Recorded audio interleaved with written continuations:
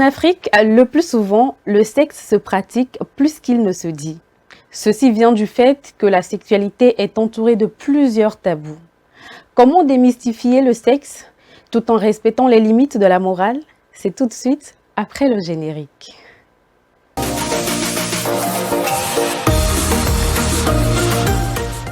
Bonsoir chers téléspectateurs et bienvenue dans notre émission qui vous sensibilise sur le bien-être. Je m'en vais sans plus tarder vous laisser découvrir nos invités du jour. Bonsoir. Bonsoir. On commence par Madame Docteur. Oui. D'accord. Madame, veuillez vous présenter s'il vous plaît. Merci beaucoup. Je suis Caroline Bédema, je suis coach de vie de couple. Je suis responsable de l'Académie de la famille où nous nous chargeons de toutes les questions qui concernent la famille. Parce que vous avez remarqué que les familles ont beaucoup de problèmes qu'il faut résoudre. Vraiment. Absolument. Et en plus de ça, oui. Le constat c'est que si vraiment nous voulons éduquer quelqu'un qui soit à l'aise dans sa vie de couple, c'est depuis la famille. D'accord. C'est de la famille que prend la forme de l'éducation et où est la source de la vie. D'accord, merci madame. Bonsoir docteur. Bonsoir, un plaisir de vous recevoir sur le plateau. Partagez. Je vous laisse vous présenter. Alors, je suis docteur Degboué Zissou Selam, expert en santé sexuelle et de reproduction et droit connexes. D'accord. Alors, après ces présentations, ces belles présentations de ces profils dont nous tirons beaucoup de leçons ce soir, nous allons à la rencontre de la population pour savoir ce qu'ils pensent du sujet du jour. À tout à l'heure.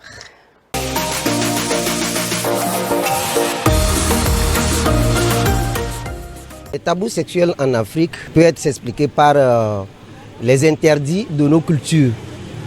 Ce que les cultures diffèrent selon les régions, les ethnies.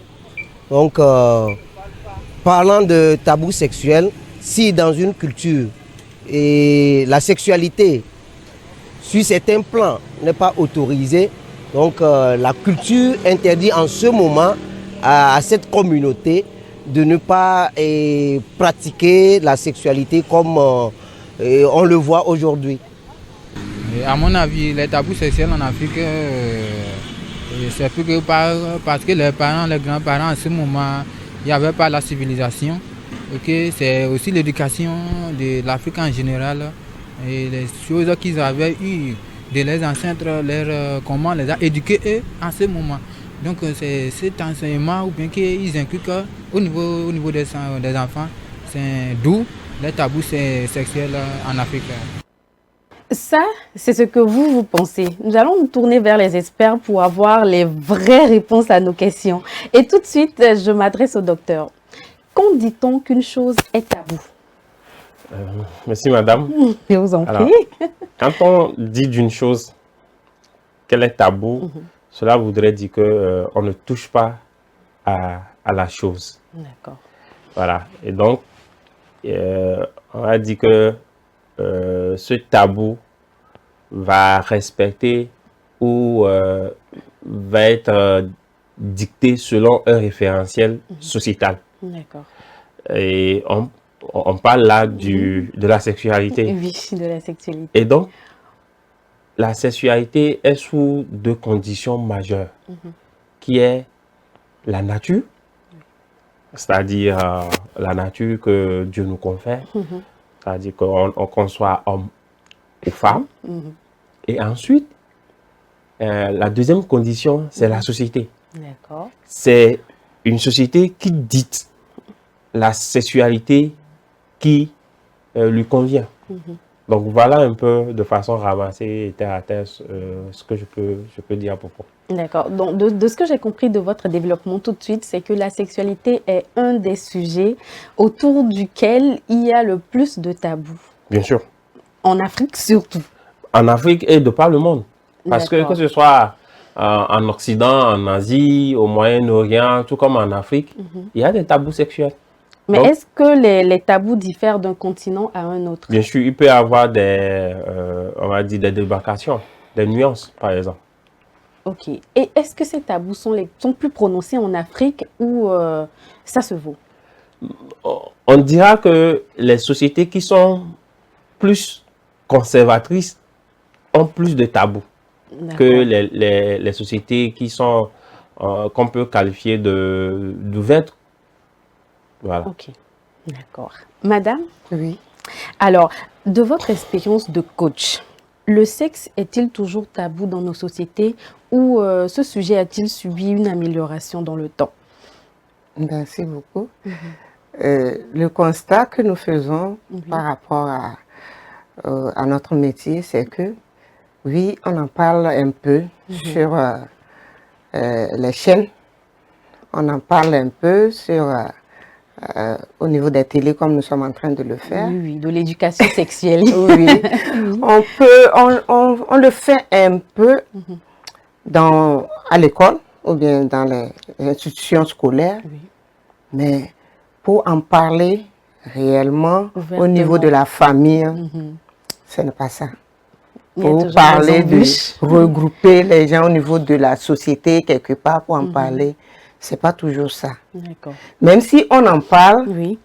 c'est-à-dire qu'il y a certaines limites et on donne des noms qui camouflent, c'est-à-dire on ne peut pas indexer, c'est-à-dire donner le nom du sexe comme tel.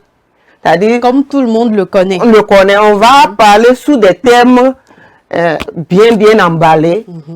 Mais on est en train de parler. Mais si tu as un enfant, que tu ne sais pas que ça, on est en train de parler de sexe, à moins que on t'initie qu'on est en train de parler du sexe comme ça. D'accord. Dans votre présentation tout à l'heure, vous avez dit que c'est de la famille que prend vie l'éducation d'un enfant. Donc, normalement, c'est dans ce cercle-là que l'éducation sexuelle devrait être la plus prononcée. Heureusement, vous avez dit devrait être fait. D'accord. Mais ce n'est pas toujours le cas. Ce n'est pas toujours C'est évident. pas toujours le cas. C'est pas que, bon, le constat, c'est pas que le parent ne veut pas transmettre ses connaissances par rapport au sexe, mais selon lui, c'est une forme de protection par rapport à son enfant. C'est aussi les moyens dont il dispose pour communiquer. Aussi, ça fait un petit blocage. On a, reconnaissons nous les parents, en face de nos enfants, là, on a des difficultés de communication. On veut bien leur communiquer. Comment aborder le sujet Et on risque même de s'énerver en abordant le sujet. En expliquant. Alors que, allez-y, docteur. Et surtout, les parents pensent que ce n'est pas un besoin. Pour les enfants. Pour les enfants. Alors qu'ils sont... À partir d'un âge, vaut mieux les éduquer à la maison que les laisser... Quand on parle de la sexualité chez l'enfant, que ce soit chez l'adolescent, c'est dès la naissance. D'accord. C'est quand l'enfant est né, l'enfant vit une sexualité. De par le sexe avec lequel il naît. Bien sûr. D'accord. Cela le définit automatiquement. Bien sûr. Et donc, dès le début, quand on va parler du courant psychanalytique, il y a ce que nous appelons le sexe oral. Donc la succion, peu importe le sexe de l'enfant, la succion, l'enfant est en train de faire de la sexualité en suçant le sein de sa maman, en tétant, en prenant son biberon. Et donc quand il va grandir, il va encore passer le cap de la sexualité orale à la sexualité anale. Alors, madame, dans votre développement tout de suite, vous avez dit que le foyer, c'est la base où doit prendre vie l'éducation d'un enfant. Donc, la sexualité ou l'éducation sexuelle doit être donnée dès le bas âge, enfin, dès la base qui est le cercle familial. Oui, c'est ça qui est la norme. Mais malheureusement, le constat, c'est que nous, les parents, nous avons vraiment des problèmes de communication. C'est-à-dire, surtout sur ce sujet-là. Sur ce sujet-là. D'accord. Même pour beaucoup de sujets, c'est que je ne sais pas trop qu'est-ce qui fait le blocage, mais elle dit qu'il y a un problème de communication entre nous, parents et enfants. Et c'est ce qui fait que par moment, on a tendance à dire qu'on leur parle, ils ne comprennent pas ou bien ils ne veulent pas respecter. Bon, ça, c'est un sujet de communication. Nous parlons du sexe. Et ça, c'est encore un sujet qui a été toujours emballé. C'est-à-dire que pour parler du sexe, on ne parle pas ouvertement comme ça. Donc, on le parle avec peut-être des demi-mots, bien des mots bien sous-entendus et qu'on sort. Et bien, maintenant, quand nous, parents, nous parlons comme ça, les enfants n'arrivent pas à coder notre communication. Maintenant, si nous les appelons pour leur parler de cela, ça aussi c'est un autre, un autre débat. Un autre débat. Alors que l'éducation, comme on le dit, ce n'est pas parler seulement, mais ça fait partie de tout. Comment est-ce que nous nous comportons avec notre propre sexe pour qu'ils sachent que voilà, le sexe, on le prend comme ça et ça fait partie de la vie d'une personne. C'est ce que nous avons comme problème. Alors que nous sommes en train de former un adulte de demain. S'il ne connaît pas ce que c'est son sexe, ce que c'est la sexualité, c'est normal qu'on voit ce qu'on est en train de voir dans nos sociétés actuelles. Alors, docteur, est-ce qu'il y a un âge pour débuter l'éducation sexuelle au niveau des enfants dans la famille? Bon, pour débuter l'éducation sexuelle au sein de la famille par rapport aux enfants, je dirais que pour parler de thèmes clairs, il va falloir qu'on attende jusqu'à 12 ans. Jusqu'à 12 ans. Jusqu'à 12 ans. L'entrée dans la puberté. Oui. Et pas que lié à la puberté, mais surtout lié au développement psycho-intellectuel de l'enfant. Donc, on suppose que l'enfant a déjà franchi certaines phases de développement intellectuel pour pouvoir comprendre les choses clairement et non des sous-entendus. Mais le mec, en bas de 12 ans, on peut toutefois commencer l'éducation sexuelle, mais en faisant, on va dire, une communication incomplète, c'est-à-dire un peu codée, dans un langage un peu codé. Voilà. Comme quand on nomme le sexe des enfants, d'autre part des petits surnoms. Tout à fait. Et en grandissant, ils découvrent que ça a un nom. Tout à fait. Parce que quand on prend les deux sexes, et surtout chez les jeunes filles, elles peuvent attraper des infections si elles ne savent pas que le milieu, le vagin est un milieu de culture et qu'il faut protéger, il faut préserver le vagin contre les agents pathogènes qui éventuellement peuvent causer chez la jeune fille des infections. Que ce soit aussi chez le petit garçon. Chez le petit garçon. Donc l'éducation peut commencer dès le bas âge, mais en des thèmes beaucoup plus codés. Et maintenant, à partir de 12 ans, on peut maintenant, on peut maintenant aller avec des thèmes beaucoup plus précis pour pouvoir expliquer à l'enfant. Donc, c'est les parents qui ont la plus grande responsabilité même dans l'éducation sexuelle de leurs enfants. Tout à fait, nulle part. Sinon, si ce n'est pas fait à la maison, l'enfant va chercher à découvrir. Ce qui est sûr, ce sera fait. Voilà, l'enfant va chercher à découvrir au dehors. Donc, il revient aux parents de faire cette éducation sexuelle-là en famille. Oui, je voulais ajouter quelque chose parce que moi, par constat, c'est que, comme il venait de le dire, le docteur venait de le dire, on a cette tendance d'attendre un âge, oui, mais quelquefois, on n'arrive pas à maîtriser le développement des enfants, surtout les filles. Moi, ce qui a fait que je peux dire que chez moi, j'ai commencé très tôt, c'est que quand j'étais encore jeune, très jeune, moi, j'ai eu la chance d'être déjà au collège, qu'on ait déjà étudié l'organisme, tout ça là, avant que je ne commence mes menstrues. Donc, je connaissais quand même ce que c'est le sexe. Vous attendre. Donc, avant que ça ne vienne. Bon, ce n'était pas une découverte pour moi. Malheureusement, moi, c'est à l'école que je l'ai apprise. C'est pas ma maman qui me l'a parlé. Malheureusement, je n'ai pas transmis ce que j'ai appris à mes petites soeurs. Ça a fait que une de mes soeurs qui n'avait même pas à peine 9 ans, 10 ans, pour elle, ça a été précoce. Donc, nous sommes bien habillés, propres. On se rend à l'église pour la veille de Noël. Et tac, ma petite soeur s'assoit avec sa jolie robe. Elle se rêve. Tcham! On te voit la tâche. Et J'ai tout fait pour qu'elle camoufler. comprenne que Ok. ce n'est pas maladie, mais elle était KO pour elle. Paniquée. C'est quoi la chose? Parce que je ne lui avais jamais parlé. Elle n'a jamais entendu un truc comme ça.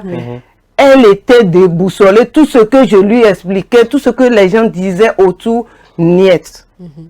Ça l'a traumatisée pendant un moment avant qu'elle ne comprenne que ça fait partie de la vie d'une femme.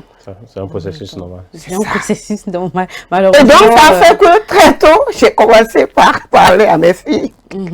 pour Qu'elles sachent que dès qu'on a commencé au moins à partir de 9 ans en allant là, il faut que tu saches que tu es en train de se développer et qu'il y aura, jusqu'à ce que elles comprennent. Et je leur ai dit, si quand ça arrive comme ça, c'est comme ça, on se prend et ainsi de suite. C'est ça. D'accord.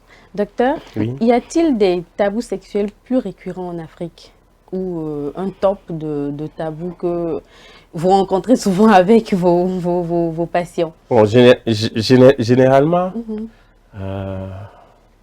vous convenez avec moi que quand on parle de tabou, les gens n'aiment pas parler de ça. Mais vu que vous êtes psychologue, peut-être que les gens se livrent à vous plus facilement. C'est parce que les gens n'aiment pas parler de la chose qu'on parle de tabou. En fait, ce qui est récurrent, que moi je rencontre souvent dans mes pratiques, c'est chez les hommes, je veux dire, c'est l'éjaculation précoce. D'accord. Donc ça touche l'intimité de l'homme, du couple. Et généralement, ils n'aiment pas en parler. Et surtout si la femme est insatisfaite, d'accord, et que j'imagine elle en fait la remarque au mari. Bon, c'est parce qu'elle est frustrée.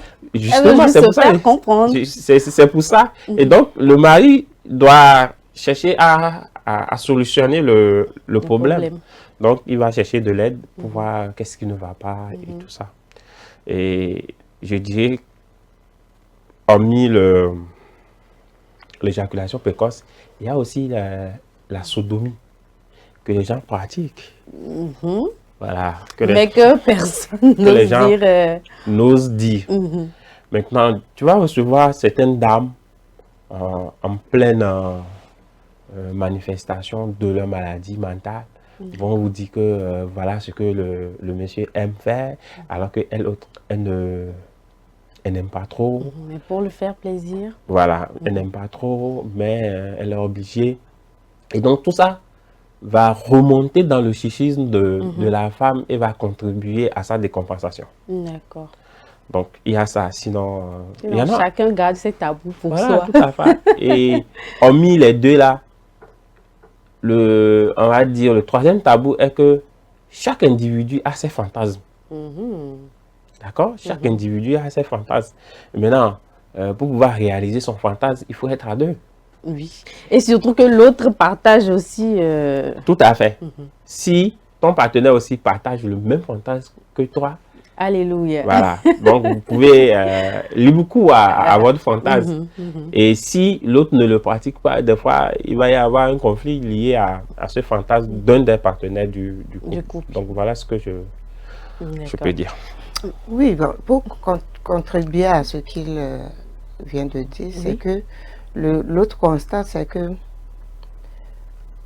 en général, les gens vraiment ne connaissent pas leur sexe.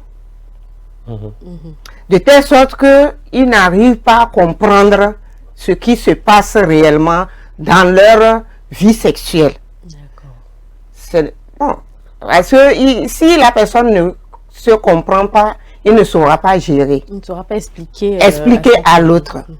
Maintenant, il faut que je connaisse comment les choses fonctionnent chez moi pour que je puisse peut-être en parler à mon partenaire, soit me lever pour chercher à corriger ou bien à m'améliorer. Il y a tous ces aspects-là. Si toi-même tu ne comprends pas, ce serait difficile que tu saches que tu es en train de souffrir peut-être à cause de toi-même et non à cause du partenaire. Il y a aussi cet aspect-là. Et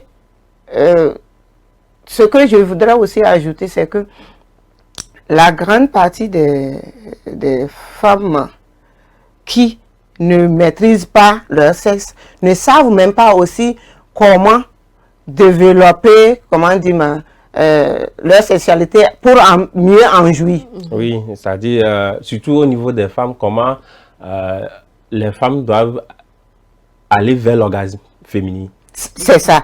Alors que pour le faire, c'est qu'il faut que tu saches que j'ai tel organe qui est là, qu'on doit l'entretenir comme ça, ou bien on doit se prendre comme ça pour que ça puisse m'aider. Maintenant, j'attends que ce soit mon partenaire qui me donne la satisfaction, alors que moi-même, je ne sais même pas comment me mettre en route pour que l'autre vienne compléter.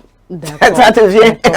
Donc, il faut que ça vienne de moi. Normalement. Que le conjoint n'est qu'un complément. Oui, surtout ça, chez les femmes, c'est surtout l'orgasme que beaucoup, surtout sous nos cieux, je veux dire en Afrique, beaucoup de femmes ne savent pas que la femme peut avoir un orgasme et la femme peut avoir une éjaculation. D'accord. D'accord? Même si on sait que peu de femmes arrivent à l'éjaculation féminine. Donc, il y a ce tabou-là qui entoure la chose. Et comme Madame Bedema vient de le dire, quand on parle de sexualité, la femme même doit aider le partenaire à l'aider à atteindre son orgasme. Et donc, elle doit être en phase, faire certaines choses d'abord, et maintenant, le mari va venir comme, on va dire, quelqu'un qui va précipiter la chose. Et dans le cas où le mari propose peut-être des choses pour aider la dame justement à atteindre l'orgasme, mais que chez la dame, ce sont des choses taboues. Mais justement, c'est là où il faut une communication au sein du couple. Et si jamais cette communication échoue, il va falloir demander de l'aide aux spécialistes. C'est ça. Il faut demander de l'aide aux spécialistes. Ça peut être un problème d'ordre psychologique, ça peut être un problème d'ordre médical, ça peut aussi être un problème, je ne sais pas, d'ordre religieux. Surtout ça. Le prêtre ou le pasteur doivent également être des gens assez avertis sur la sexualité pour pouvoir expliquer à leurs fidèles que ça n'a rien de spirituel, de diabolique, d'avoir son orgasme. D'accord. Parce que, quoi qu'on dise, ça va être à la source de l'émission qu'on a déjà animée la dernière fois sur la fidélité. Voilà. Donc, madame, vous reconnaissez que ces tabous-là ont un impact sur l'équilibre familial? Ça, ce n'est même pas... C'est vraiment le nœud de problème. Mais puisque personne n'en parle, et ceux-mêmes qui sont dedans ne savent même pas que c'est ça même qui est à la base. On cherche le problème ailleurs, alors que c'est là même le gros problème. C'est ça.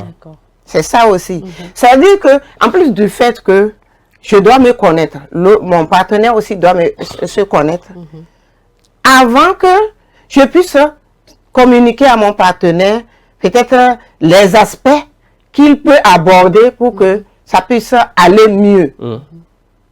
Si je ne le sais pas, je ne pourrais même pas le lui dire.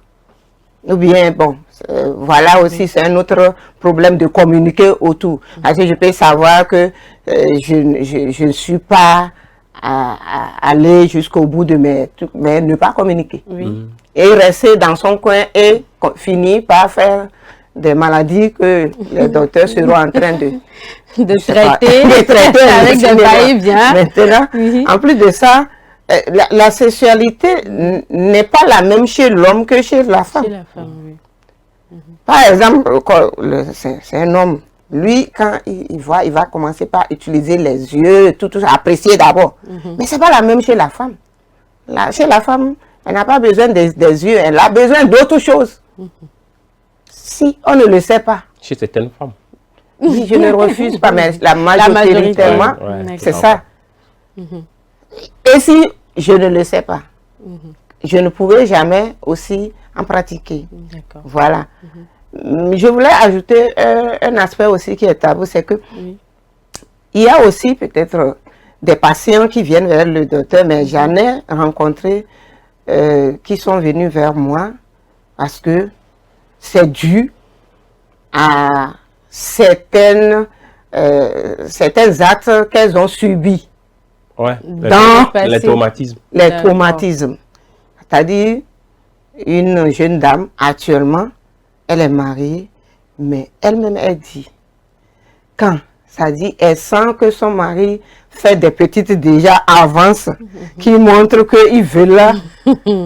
Que le match aura lieu ce soir. Oh là là, elle est déjà crispée. Elle-même, elle dit que...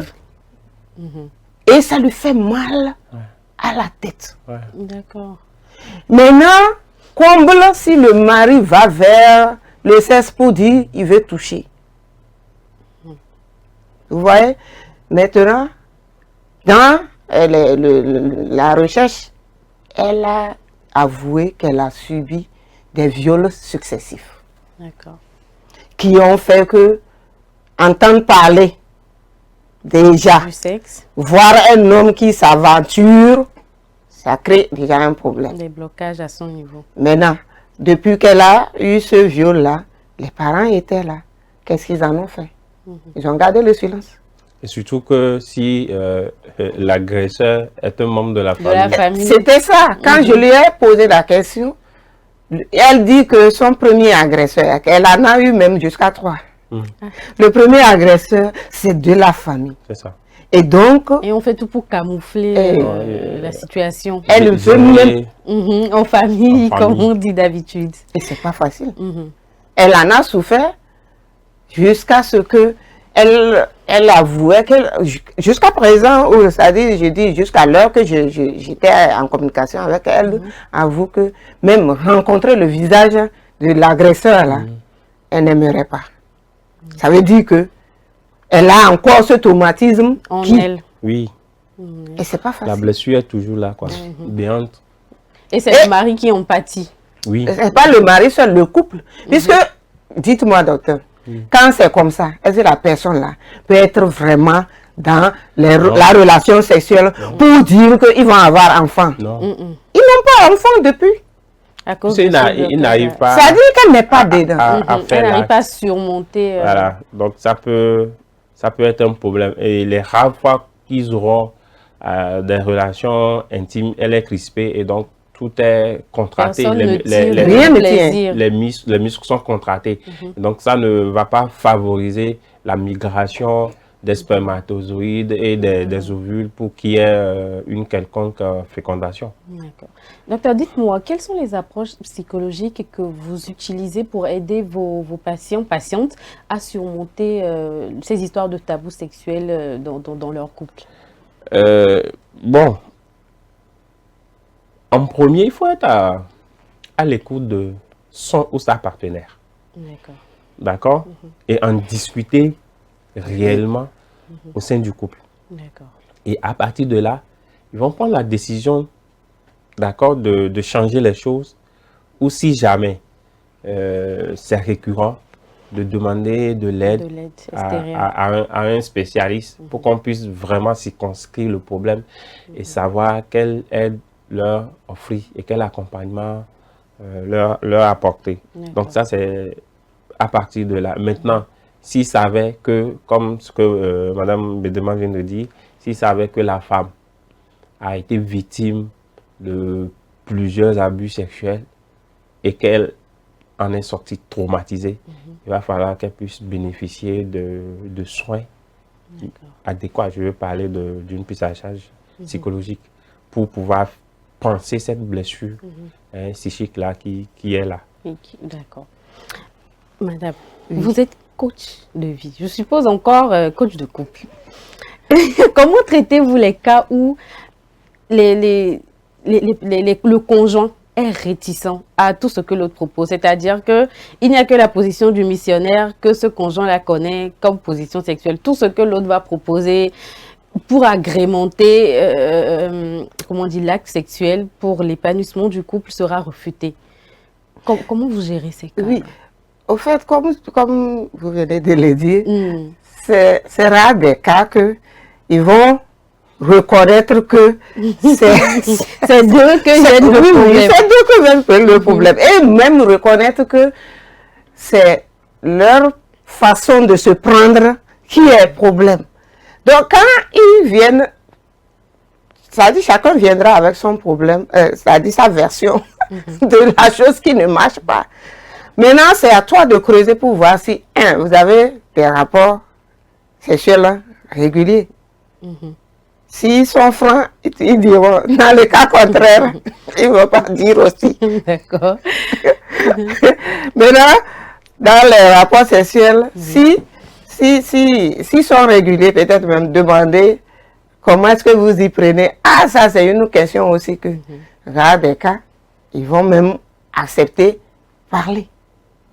C'est à cause de ça que ça devient tabou alors, parce qu'ils n'en parlent même pas. Eux-mêmes là, rares des cas qui vont parler de comment ils s'y prennent. Bon, des fois, il y a certains qui ont pas, qui disent je ne mange pas la nourriture d'une femme qui a ses menstrues. Je ne pratique pas la fellation parce que c'est cette bouche que j'utilise pour adorer Dieu. On ne me prend pas dans telle position parce que c'est diabolique. Ce qui fait que on se retrouve dans une routine dans le couple qui, forcément, un des conjoints en pâtit. Ou comme madame a dit, le couple le problème est que cette histoire de religion, franchement, ça crée beaucoup de problèmes. Ça crée beaucoup de problèmes. Du point de vue psychologie de chacun et ensuite de la psychologie collective. Donc, c'est donc un problème psychologique que de s'accrocher à ces croyances-là. Oui, parce que on t'a fait croire que c'est une mauvaise chose en soi. Et si c'est une lecture spirituelle, ça veut dire que tu fréquentes une église dont l'idéologie interdit ce genre de trucs. Alors que quelqu'un peut faire une autre lecture de la chose, même du point de vue spirituel, pour dire que non, ce n'est pas le cas. Je donne un exemple. Comme ce que vous venez de dire, la fellation. Certains vont dire que ce n'est pas une bonne chose, que c'est la bouche que je prends pour adorer Dieu et tout ça. Mais du point de vue spirituel aussi, ça contribue à laver l'homme à qui on fait la fellation. Le laver comment? C'est spirituel, non? Oui. Du point de vue spirituel, c'est-à-dire l'aider à se débarrasser des mauvais hommes. D'accord. Mais est-ce qu'on récupère? Est-ce que la femme récupère? Ah, ok. On le lave juste. Donc ça devait être facturé. Oui, bien madame. Vous trouvez? Oui, je trouve que ça devait être facturé. Il y a certains aussi qui font cette lecture de la chose. Donc au finish, ça dépasse. C'est pour ça, moi, je parle souvent, quand je parle d'église, de religion, je dis souvent que c'est un groupe d'hommes qui se sont rassemblés quelque part, ont défini leur idéologie. Leur compréhension de la chose. Leur compréhension de la chose et leur idéologie. Et c'est sur ça l'Église va fonctionner. Cela ne veut pas dire que c'est une vérité absolue. Vous voyez? Et si la personne croit à l'idéologie de leur Église ou de leur religion, Dieu comme fait, ben, elle ne va jamais concevoir que son partenaire puisse lui demander de transgresser ce tabou lié à sa religion ou à son Église. Et donc, cependant, la personne n'est pas épanouie. La personne n'est pas épanouie. Donc, elle est bloquée quelque part. Elle ne sait même pas qu'il y a un orgasme à atteindre. Elle ne sait même pas qu'il y a une éjaculation à avoir. Et c'est comme ça que certaines femmes passent toute leur vie, elles ont même des enfants, mais n'ont jamais connu, ne serait-ce qu'une seule fois, un orgasme. Tout à fait. C'est malheureux. Beaucoup même.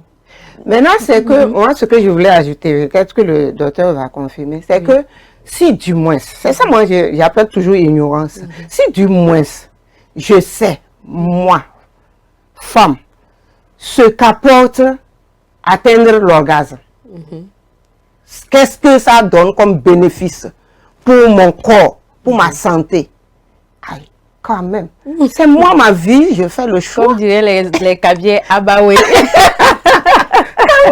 Il faut choisir de vivre avant de croire à autre chose. Ou bien. Il faut toujours prioriser son bien-être. C'est toi-même d'abord, parce que si tu n'es pas à l'aise, tu ne pourras même pas être en bonne santé pour dire que tu vas fréquenter telle ou telle église, et puis.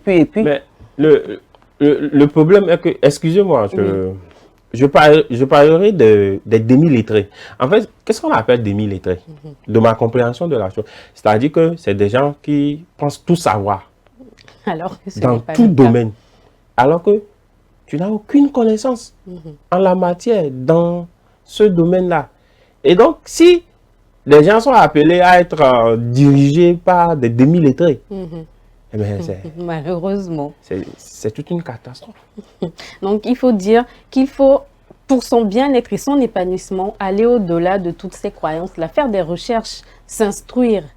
Tout à fait. D'accord. Après cet échange, quoique très intéressant, nous allons aller à l'intermède, puis nous revenons pour le mot de fin de nos invités.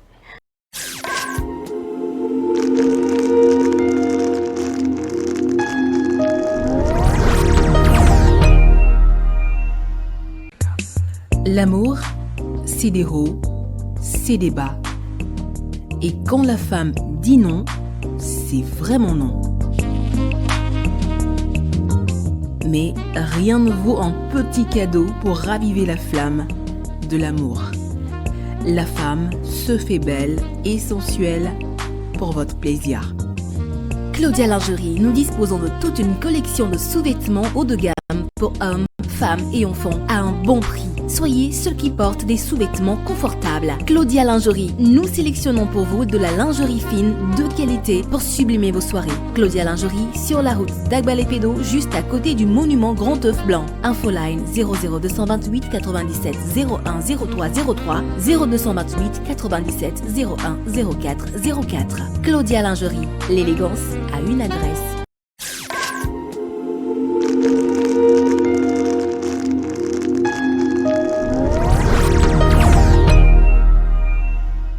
Alors, madame, à tout seigneur, tout honneur, nous vous donnons la parole pour votre mot de fin. Oui, merci beaucoup. Merci de nous avoir invités à partager. Alors, je vais trahir madame. Elle a dit que nous n'avons pas tout épluché. Donc, ça veut dire qu'elle reviendra pour nous livrer le reste du secret. C'est bien ça? Le énième fois que vous allez voir ça là. Parce que c'est ça que je voulais dire. C'est-à-dire que actuellement, il faut s'informer, c'est-à-dire mieux se connaître. Moi, je suis dans mieux se connaître. Si je fais tout pour mieux me connaître, je ferai tout aussi pour mieux vivre. Mieux se connaître, ce n'est pas aller s'informer chez quelqu'un. Si tu as eu une information, remets l'information là dans ta vie pour voir comment est-ce que ça réagit. Et écouter son corps. Et c'est la meilleure façon même de pouvoir mieux vivre. Malheureusement, on n'écoute même pas notre corps et on le traite comme on veut et puis après on veut qu'il soit à notre service. Il ne peut pas. Et donc, notre objectif, c'est d'informer et puis, à part informer là, c'est que la personne puisse se lever par elle-même pour mieux s'informer et mettre ça dans sa vie quotidienne en pratique. Et puis, elle partagera aussi, comme aujourd'hui, nous sommes là à venir partager avec ses enfants et avec les autres autour de soi. Merci bien, madame. Docteur?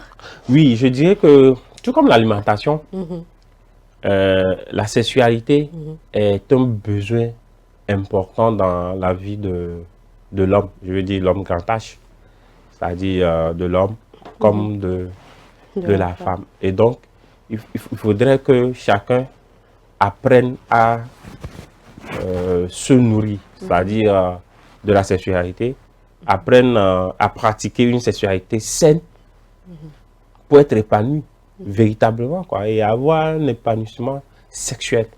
Et ça va du bien du couple et de la prospérité même au sein du couple. Voilà. D'accord, merci à vous. Vous l'aurez compris, chers téléspectateurs, n'est tabou que ce que nous décidons. Pour vivre une sexualité épanouie, il faut s'informer pour son bien-être. Alors, ce sera tout pour aujourd'hui. Mais quant à moi, je vous retrouve la semaine prochaine pour un nouveau numéro. D'ici là, portez-vous bien.